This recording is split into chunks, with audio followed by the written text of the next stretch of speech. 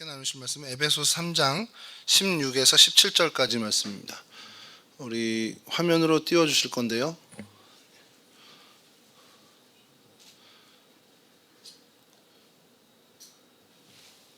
우리 한 목소리로 함께 봉독하도록 하죠. 여러분, 복음이라는 것이 이제 우리나라 이제 예수의 복음이 들어왔을 때 적절한 단어, 이 적절한 단어를 이제 찾아야 되잖아요. 각 나라 이제 들어가서 복음이 복될 복자에다가 음이 이제 음성할 때 소리 음자를 썼는데, 그래서 복된 소리라는 뜻으로 이제 우리나라 이제 번역이 된 겁니다. 복음. 근데 그 복음이 그러니까 기쁜 소식입니다. 쉽게 얘기해서 천사가 그 양치기들에게도 얘기했던, 오늘날 너에게 뭐 기쁜 소식을 전했는데 기쁜 소식, 그게 기쁜 소식. 그러니까 우리 가운데 정말 참 기쁜 일, 가장 즐거운 일이 이제 복음이라는 단어에 이제 함축이 된 겁니다. 복음 중에 복음이 뭘까라고 우리가 얘기하면, 죄송합니다. 그 권사님, 그 씬 EM으로 해주시면 될 것 같은 게요. 지금 모니터가 이쪽에서 좀 힘들어서 메모리 돼 있는 EM으로 돼 있는 얼리모닝인가로 돼 있을 겁니다. 예, 감사합니다. 예, 계속하겠습니다. 그래서 복음 중에 복음이 뭐냐라고 하면 지난 시간에 저랑 한 시간에 3주 전인데 하나님이 우리와 함께 하신다라는 게 가장 복음 중에 복음이라는 겁니다. 웨슬리 목사님이 얘기한 건데, 근데 하나님이 우리와 함께 하신다에 이제 조금 더 이제 가미를 하면, 왜 그럼 우리와 함께 하실까 하나님이? 여러분, 누구랑 같이 시간을 보내고 싶은 사람이 있습니까? 우리 오랜만에 군인 아저씨 한 명 왔는데, 휴가 나왔는데 왜 여기로 왔지? 이런 생각 할 수 있잖아요. 보통 집으로 가야 되는데 왜 여기 왔을 것 같습니까? 대답해도 돼요. 왜 왔을까요? 지금 군인 신분으로 있는 저 뒤에 계신 분도 한번 얘기해 보시죠. 휴가를 나왔는데 우리 상식엔, 그러니까 어른들의 상식엔 휴가 나왔어? 그럼 집에 가겠네? 하는데 집에도 갔겠지만 그중에 또 여기를 또 왔네? 그럼 왜 왔을까요? 그쵸. 보고 싶고, 좋아서 온 거예요. 싫은데 오겠습니까? 동성교회가 싫으면 오겠어요? 저 군인 아저씨가? 며칠 나왔어요? 집에 안 간 거구나, 그럼. 집에 갔다 오긴 좀 멀긴 하네, 파주에서. 어쨌든, 외박 나오면 저는 짜장면을 먹으러 갔는데, 교회를 온 거 보면 여길 되게 좋아하는 거예요. 좋아하니까, 사랑하니까 오는 겁니다. 시간을 같이 보내고 싶다? 좋아하고 사랑하니까. 좋아하지도 않고 사랑하지도 않는데 시간을 같이 보내면 그것만큼 지옥이 어디 있습니까? 결혼 잘 생각해야 돼요, 여러분. 어쨌든 좋아하고 사랑하니까 함께하고 싶고, 함께하고 싶기 때문에 제도의 틀에 있는 결혼도 하고 뭐 약혼도 하고 다 하는 겁니다. 그리고 공식적으로 우리 오늘부터 1일이야 하는 것도 그 사람을 좋아하고 사랑하니까 함께 있고 싶어서. 예를 들어서 나 너 좋아해, 나 너 사랑해, 오늘부터 사귀자 해서 오늘부터 1일이야. 그 얘기 하고선 뭔가 퀘스트 하나 한 것처럼 사귀기 시작했으니까 끝. 이 퀘스트 접고 다른 일을 해. 여긴 신경 전혀 안 써. 그럼 그건 좋아한다, 사랑한다라는 거가 다른 얘기잖아요. 그러니까 함께 한다라는 것. 하나님이 우리와 함께 하신다라는 것. 왜 함께 하실까? 그건 하나님이 이 사람을, 이 인간을 너무나 사랑하고 좋아하시기 때문에 함께 하시기 위한 거라. 그게 복음 중에 복음이라는 거예요. 그러니까 하나님의 사랑이 얼마나 크길래 도무지 같이 할 수 없는 이 인간의 존재에 오셔서 같이 하신다는 거예요. 그러니까 이걸 하나님이 사랑해서 우리와 함께 하셔라는 것을 그냥 문구로만 하면 별거 아닌 것 같은데, 성경에서 인간이 어떠한 존재인지를 밝히는 건 시종일관 이렇게 얘기해요. 이건 제가 좀 읽어드릴게요. 예레미야서 17장 9절인데, 만물보다 거짓되고 심히 부패한 것은 마음이라 누가 능히 이를 알리오마는. 그러니까 사람의 마음이 얼마나 썩었냐면, 이 세상의 모든 썩은 것들 있죠. 부패한 것들, 망가진 것들, 고장난 것들, 그것과 보다 훨씬 더 심하게 망가지고 부패된 게 사람의 마음이라는 거예요. 그게 원죄 때문에 그래요. 신학적으로 얘기하면 원죄 때문에 그런데, 그런 원죄로 인해서 부패하고 썩고 망가진 사람의 심령에, 그러니까 사람 존재가 그런 존재인데, 도무지 하나님이 같이 할 수 없는 그 자리에 얼마나 사랑하기에 그 자리에 하나님이 오시냐는 거예요. 심지어 그 모습을 하고. 이게 여러분 와닿지 않겠지. 내가 강아지를 너무 좋아해. 실제로 강아지 좋아합니다. 고양이보다. 강아지를 너무 좋아해. 그래서 얘를 너무너무 제가 지나치게 사랑하는 거예요. 그래서 얘하고 대화하고 싶고 얘하고 같이 있고 싶어. 근데 난 사람이고 얘는 개야. 그럼 어떻게 해야 됩니까? 얘를 사람으로 바꿀 능력이 없어. 도무지 얘는 가능성이 없으니까. 근데 나는 내가 개가 될 가능성이 있어. 뭐 얼마 이상 먹으면 개 되잖아요, 사람들이. 만약에 그런 가능성이 있다면 그렇게 친히 개가 되는 거예요. 얘랑 같이 있고 싶어서. 여러분, 사람이 개가 되는 정도로 그렇게 어떻게 추락하거나 떨어지는 정도의 얘기가 아닙니다. 예수님이 인간이 됐다라는 건, 신이 인간이 됐다라는 건 사람이 그저 애완동물 강아지와 같이 하고 싶어서 개 생활을 하고 개의 집에 들어가 살고 개 밥을 같이 먹고 이것과는 도무지 상상할 수 없는 훨씬 더 큰 자기 낮춤이라는 거예요. 신이 인간이 됐다는 얘기예요. 그러니까 도무지 이해가 안 되는 건 왜 신이 인간이 돼? 도대체 그 사랑이 얼마나 크길래 인간의 몸을 입고 여기까지 오셔, 신이. 그런 사랑을 얘기하는 겁니다. 이게 그래서 복음이라는 거예요. 복음 중에 복음은 정말 하나님이 우리를 그처럼 사랑하셔서 우리 가운데 오셔서 함께 하신다라는 거예요. 이게 복음이라는 겁니다. 그 성육신 사건에 그 사랑이 배어나죠. 그리고 심지어 또 하나 드러나는 것이 그렇게 사랑해서 여기까지 오셨는데 이 부패하고 썩은 존재들을 성결하게 하기 위해서 자신의 피를 대신 자신이 대신 죽어주기까지 해요. 제가 키우던 강아지, 지금도 기억나는 강아지가 하늘이라는 강아지가 있었습니다. 골든 리트리버고, 제가 집으로 오는 길이면 어떻게 제 발걸음을 아는지 옥상에서 키웠는데 저 골목 어귀에서 저희 살던 집이 보이거든요. 그러면 이만한 달덩이 같은 얼굴이 옥상 위로 하나 딱 올라와요. 그리고 저를 거기서부터 보고 있는 겁니다. 저 골목 끝에서 올 때부터. 그런 영특한 강아지가 있었어요. 근데 그 아이를 저희가 첫째를 갖게 되면서 도무지 같이 할 수 없다 해서 시골로 보내버렸습니다. 저 친구가 그런 친구예요. 그런 개를 시골로 보낸 친구입니다. 여하튼 그 강아지가 너무너무 좋고 매일 산책시키고 너무 행복한 거예요. 물론 이제 그 다음에 이제 태어난 아이들하고 비교는 안 되지만 여하튼 근데 제가 그 강아지를 너무 사랑해서 얘를 고치기 위해서 얘가 병들고 얘가 아픈 거를 내가 고치기 위해서 내가 뭔가 장기를 이식해줘야 돼. 해줄 수 있겠습니까? 근데 해줬어. 해줬다도 너무 엄청나게 사랑해서 그렇게 했구나 라는 생각을 하겠죠. 근데 대신 죽어야 돼. 그걸 주님이 하셨다는 거예요. 그러니까 얼마나 사랑하면 대신 죽기까지 하셨을까? 그게 십자가에 나타났다는 겁니다. 그리고 또 얼마나 사랑하셨나가 어디에서 또 드러나냐? 그렇게 십자가의 죽음을 당하시고 사흘 만에 부활하셔서 40여일 동안 우리 사람들과 같이 계시다가 이젠 정말 하나님의 그 구원 사역을 완성하기 위해 부활 승천해서 하나님 보좌 옆에 가셔야 돼요. 가셨어요. 그럼 가시면 이제 끝나잖아. 근데 여전히 이 땅 가운데 사람들이 남아있단 말이에요. 몇천 년을 계속해서 이 인류가 진행해 나가야 돼. 그러니까 떠나시면서도 눈에 밟히는 거죠. 그래서 어떻게 하셨습니까? 오순절 성령 하나님으로 인간과 다시 함께하기 위해서 오셨다는 거예요. 육신의 몸을 입고 오신 그 사랑, 너무 사랑해서 같이 함께하고 싶어서 오신 거고 너무 사랑해서 이들을 위해서 대신 죽어주셨고 그래서 이들을 너무나 사랑하셔서 예수의 영으로 성령으로 함께 하시기 위해서 오순절 성령 사건을 이 땅에 오셨다는 거예요. 이게 복음입니다. 여러분들이 신앙생활하면서 믿고 있는 가장 그 복음을 원천적으로 얘기하는 것이 바로 이거예요. 성육신과 십자가와 성령 충만. 이거를 오늘 저희가 좀 얘기를 해야 되는데, 자, 그러면 여기서부터 이제 우리 고민이 생각되는 거죠. 자, 그러면 예수의 영이라고도 불리고, 하나님의 영이라고도 불리고, 그리스도의 영이라고도 불리고, 우리가 가장 많이 부르는 건 이제 성령님이라고 불러요. 그 영이 우리와 함께 한다 그러는데, 그걸 느낍니까? 느끼세요? 아, 성령 하나님이 나와 함께 하신다. 느낀다고 한두 명 정도는 얘기해 줘도 되잖아요.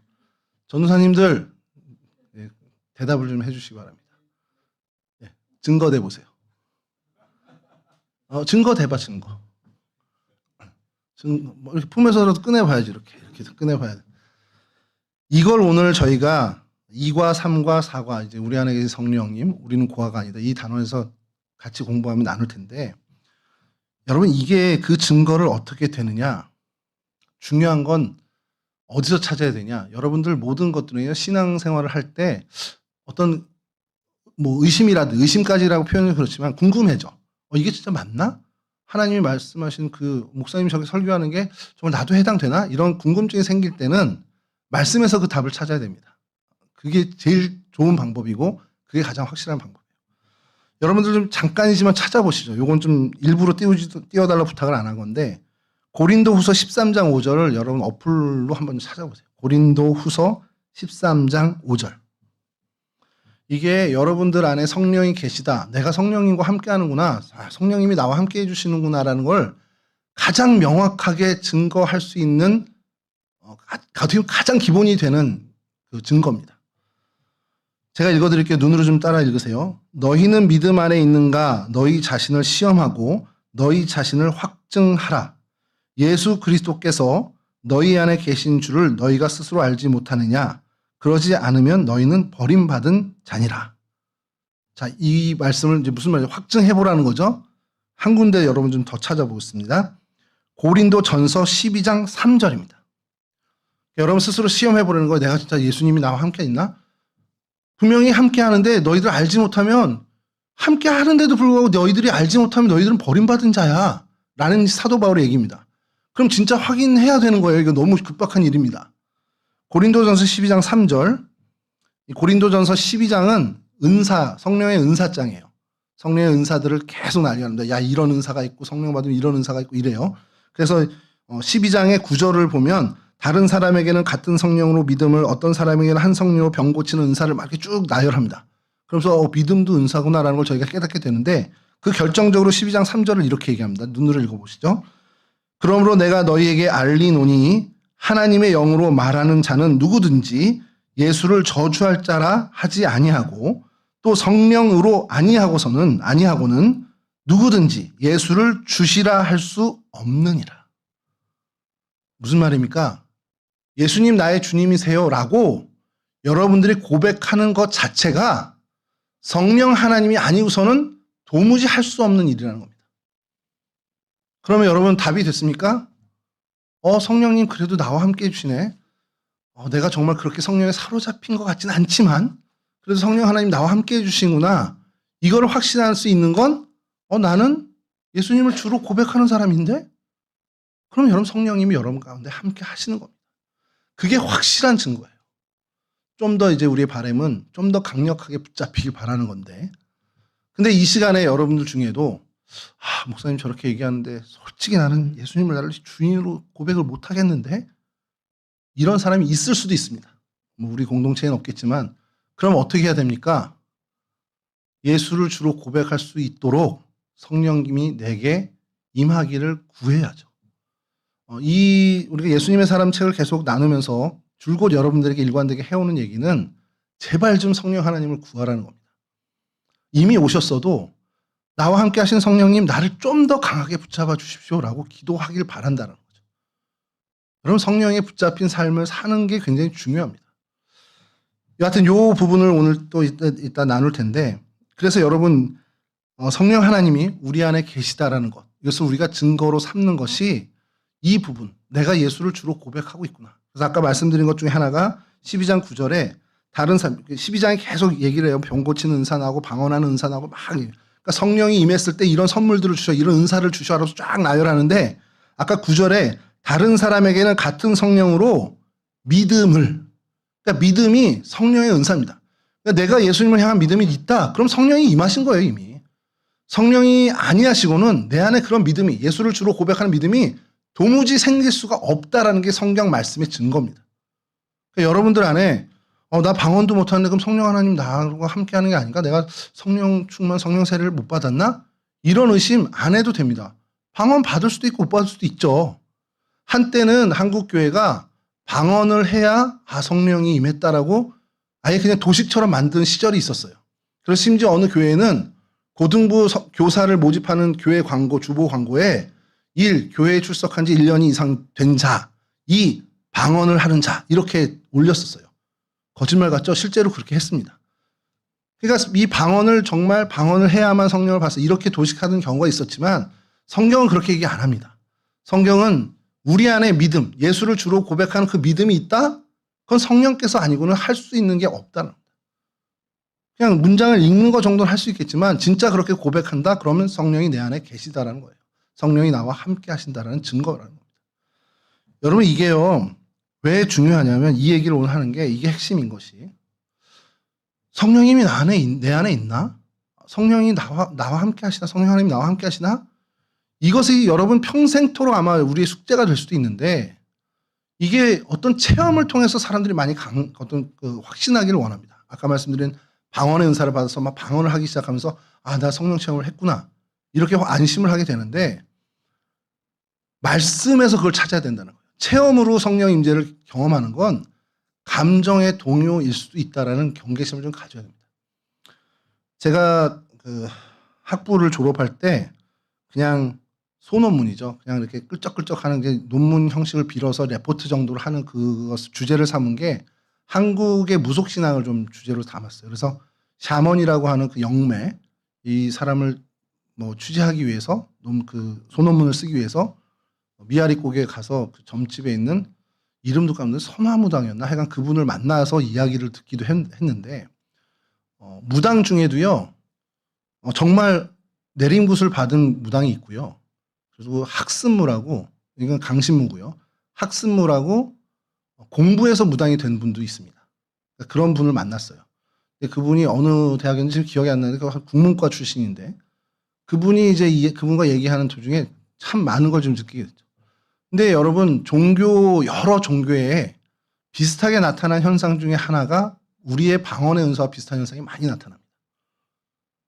그러니까 그때 그분도 이제 공부한 분이니까 저한테 이제 전도사라고 부르면서 전도사님 성령이랑 악령이랑 당신이 말하는 성령이랑 악령이랑 종이 한 장 차이야 이렇게 얘기를 하더라고요. 왜냐하면 현상만 보면 똑같아요. 외형적인. 우리가 막 방언으로 기도하는 모습이 무당들도 하는 모습이 있습니다. 스님들도 심지어 하는 경우가 있어요. 근데 그게 성령의 방언은 아니겠죠. 근데 나타나는 외형적인 모습 그리고 체험하는 그 어떤 경험은 비슷하게 나타날 수 있다. 그러니까 이게 무슨 말이냐? 내가 어떤 종교적인 신비한 체험을 했어. 그게 성령이 내게 임했다는 증거가 될 수 없다라는 겁니다. 그건 심리적인 체험일 수도 있고 물론 그걸 다 무시하는 건 아니지만 그게 100% 충분 조건이 되지는 않는다는 거예요. 그럼 어디서 찾아야 되느냐? 말씀에서 찾아야 된다는 겁니다.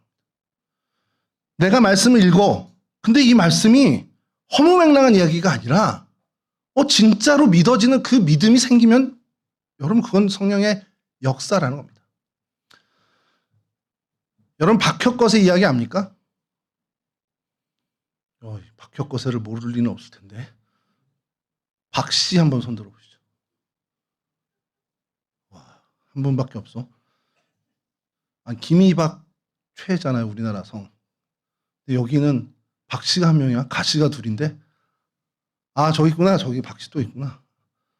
밀양박씨 많죠. 밀양박씨가 많죠. 근데 그 모든 박씨의 조상이 박혁거세 맞죠? 제가 잘못 알고 있나요? 그건 나중에 얘기합시다. 박혁거세가 어느 나라를 세운 사람인지는 알죠? 대한민국은 아니야. 신라를 세운 사람으로 우리 박혁거세 이야기 알아요? 알에서 태어났습니다. 막 사람들이 갔는데 막 새들이 막 와가지고 알을 품고 있어요. 그래서 그 알이 깨지면서 아이가 나왔는데 그 사람이 박혁거세예요. 실제일까요? 그냥 우리 그거 신화로 알고 있죠. 그것과 비슷한 시기에 저 팔레스틴 지역엔 처녀가 애를 낳았어요. 근데 그건 믿겨지죠.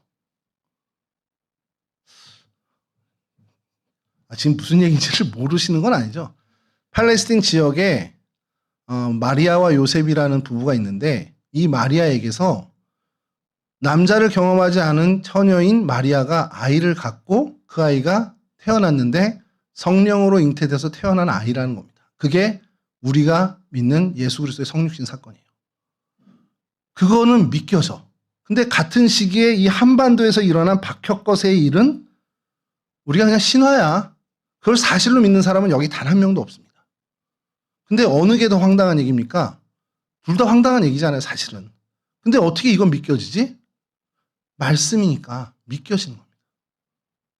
여러분, 이게 믿겨지는 것이 내가 방언의 은사를 받거나 어떤 종교적인 신비한 경험을 하고 정말 삼층천을 경험해서 천국을 보고 오고 한 그러한 체험보다 더 확실한 성령 하나님의 임재의 증거라는 거예요. 나는 아무것도 모르고 환상도 본 적 없고 환청도 들은 적도 없고 심지어 천국을 본 적도 없고 방언도 심지어 못해. 근데 나는 성경 말씀이 믿겨진다? 여러분, 그것만큼 확실한 성령의 충만함, 성령의 임재를 증거하는 건 없다라는 게 여러분 성경의 이야기입니다.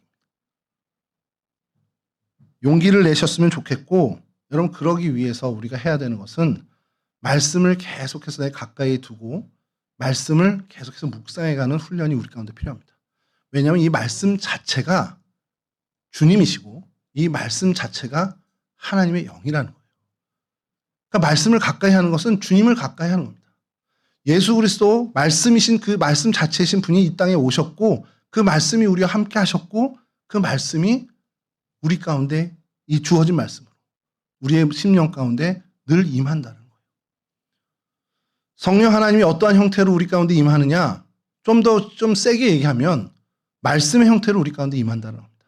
하나님의 말씀이 믿어지고 그 말씀을 내가 실천하고 그 말씀대로 살았더니 그 말씀이 증거하는 결실을 맺고 그 말씀의 열매를 맺어가는 삶을 살게 되더라는 거예요. 성령의 9가지 열매가 성경에 기록되어 있습니다. 말씀으로 우리에게 주어졌습니다. 그래서 내가 정말 주님을 따르는 삶을 살았더니 그 성령의 열매 9가지가 내 인생에서 맺혀지더라. 여러분, 그게 성령이 내 안에 거하시는 증거가 되는 거라는 거예요.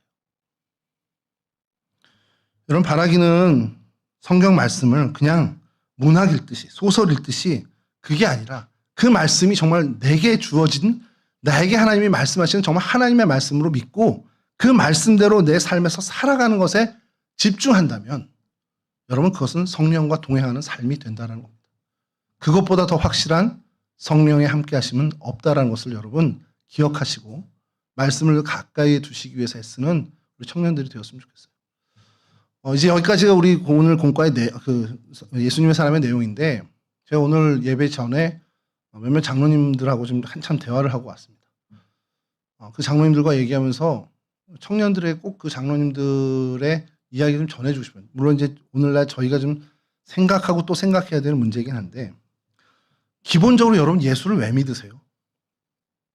요거는 여러분 좀 숙제로 좀 드리고 싶은 게, 왜 예수님 믿습니까? 목표가 뭐예요? 제 친구들 중에 어릴 때부터 같이 교회를 자라온 이제 50이 훌쩍 넘은 친구들이죠. 이 친구들 중에 반 이상이 교회를 오긴 하지만 그들이 저랑 이제 허심탄회하게 얘기하는 가운데 하는 얘기는, 야, 아버지 어머니 때문에 내가 그냥 교회 출석하는 거지. 이제 아버지 어머니 돌아가시면 나 교회 올 마음 없어. 이렇게 얘기합니다. 지금은 아버지 어머니가 그렇게 교회 다녀라 하고 그래서 손자들 교회에서 만나는 걸 너무 좋아하시니까 그냥 엄마 아빠 효도한다는 차원으로 주일에 교회 가서 아이들 보여드리고 그러고 다닌다는 거예요. 이 친구 중에 그 반 이상이, 어머니 아버지 돌아가시면 내가 교회를 뭐하러 가냐, 이 얘기를 합니다. 여러분들 교회에 오시는 이유, 여러분들이 예수 믿는다 하는 것이 왜 내가 예수를 믿고 왜 내가 교회를 다니지라는 생각을 여러분 좀 해볼 필요가 있습니다. 목사님 그렇게 얘기하시니까 생각해 본 적 없는데 나는 그냥 태어나서부터 교회를 다녔으니까 그냥 다니는 건데요? 이렇게 생각할 수 있습니다. 심지어 저희 집에 있는 애들은 아빠가 목사인데 내가 교회를 어떻게 안 가? 이럴 수도 있겠죠. 방강희 전사님 공감하시죠? 그래도 우리 방강희 전사님은 나름대로 소신 있게 반항도 했었어요. 네, 여기까지. 또 반항의 얘기까지 하면 안 되고. 여러분, 내가 왜 예수를 믿고 내가 왜 교회를 가고 내가 왜 신앙공동체 안에서 신앙생활을 하는지, 그 목적과 이유가 뭐가 되어야 되는지, 성경에서는 왜 예수를 믿어야 하는지를 이야기합니다. 한국교회에 한참에 그 부흥기에 한국 교회에 많은 메시지들이 있죠. 그 안에 주어진 뭐 정말 성경적인 메시지들도 분명히 많았지만 그 시대를 대변하는 메시지 중에 하나가 예수 믿고 복 받자였습니다. 근데 그 복이 성경에서 얘기하는 복과는 좀 다른 결의 복이었어요. 예수 믿고 부자 되자. 예수 믿고 건강해지자. 예수 믿고 형통하자. 성경에 예수 믿고 부하게 되고 예수 믿고 건강하게 되고 예수 믿고 형통하게 되는 게 있습니까? 없습니까? 있어요. 비성경적인 얘기를 한 건 아닙니다. 근데 그거에만 몰두했어요. 너무 그거에만 치중했어요. 다른 건 얘기 별로 안 하고 그것만 너무 얘기하다 보니까 그 부흥기의 한국교회의 대표적인 메시지는 소위 말하는 기복. 뭐 요즘은 그거를 무슨 뭐라고 하더라고요. 형통신학? 이렇게 얘기를 하더라고요. 그게 한국교회 메시지가 됐습니다. 그런데 여러분 보세요. 예수 믿고 부자 되고 예수 믿고 건강해. 그게 목적이면 오늘 2025년은 예수 믿을 이유가 없습니다. 예수 믿고 부자 되는 것보다 코인에 투자하는 게 훨씬 더 빠른 길이고 훨씬 더 장사를 해서 돈을 모으는 게 예수 믿는 것보다 훨씬 빨라요.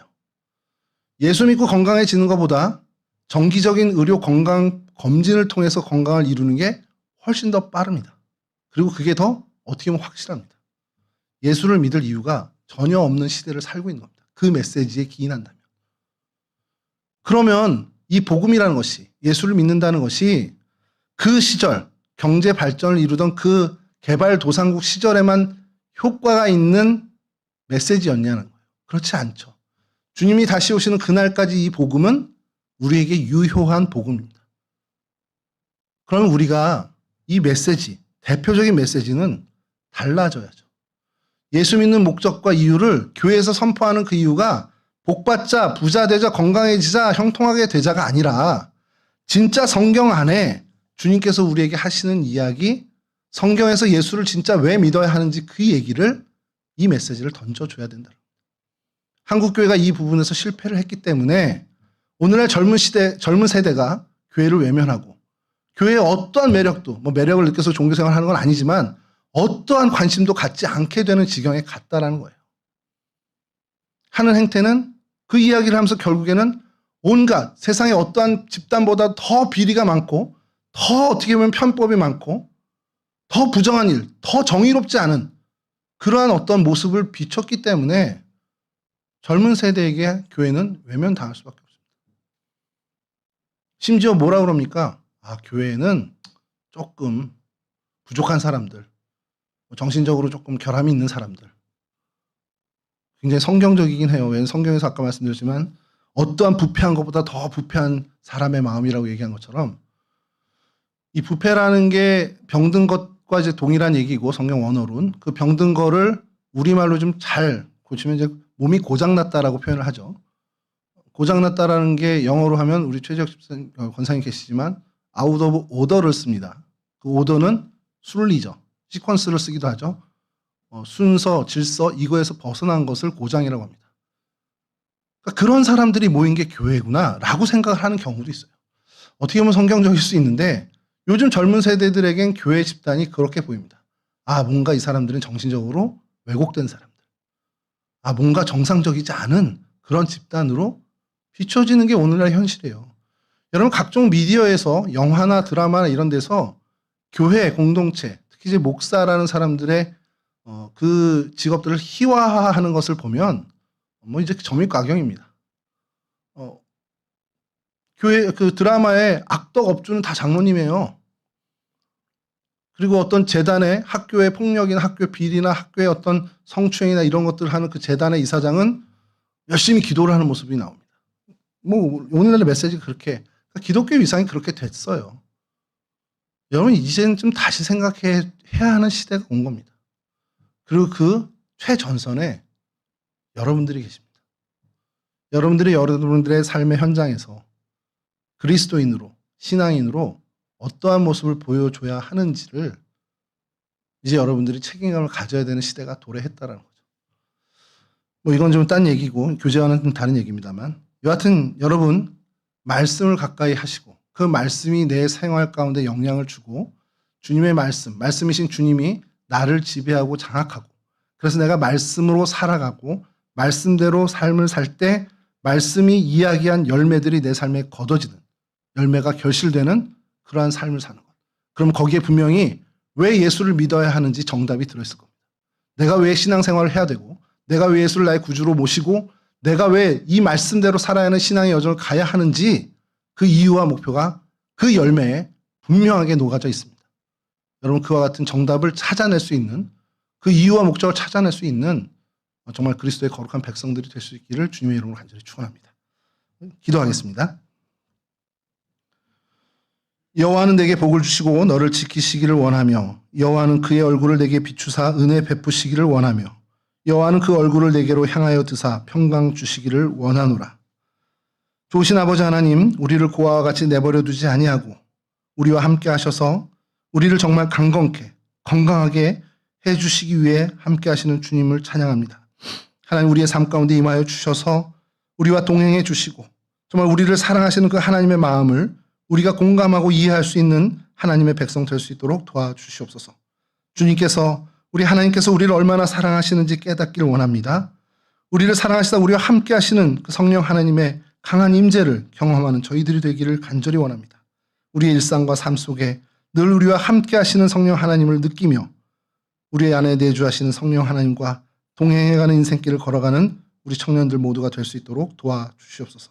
그래서 이 어두운 세상, 이 악한 세상에서 정말 믿음을 지켜나가며 정말 예수를 구주로 모시고 살아가는 그 인생의 걸음, 신앙의 발걸음을 정말 신실히 걸어가는 주의 거룩한 백성들, 주의 거룩한 일꾼들이 다 될 수 있도록 도와주시옵소서.